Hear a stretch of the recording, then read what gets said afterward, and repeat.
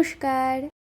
বুঝতেই পেরেছি ইনগ্রেডিয়েন্টস থেকে কী বানাচ্ছি। হ্যাঁ গো, টমেটোর চাটনি বানাচ্ছি। সর্ষের তেলে ফোড়নে দিয়ে স্লাইস করা টমেটো আর চেরা কাঁচা লঙ্কা দিয়ে টমেটোগুলোকে একটু নুন হলুদ দিয়ে ভাপে বসিয়ে দিয়েছি।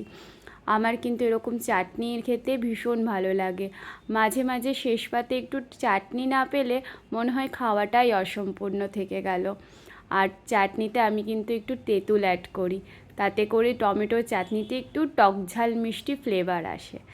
আর কাজু বাদাম, আমসত্ত্ব, খেজুর এগুলো দিলে তো চাটনি মজাই মজা হয়ে যায়।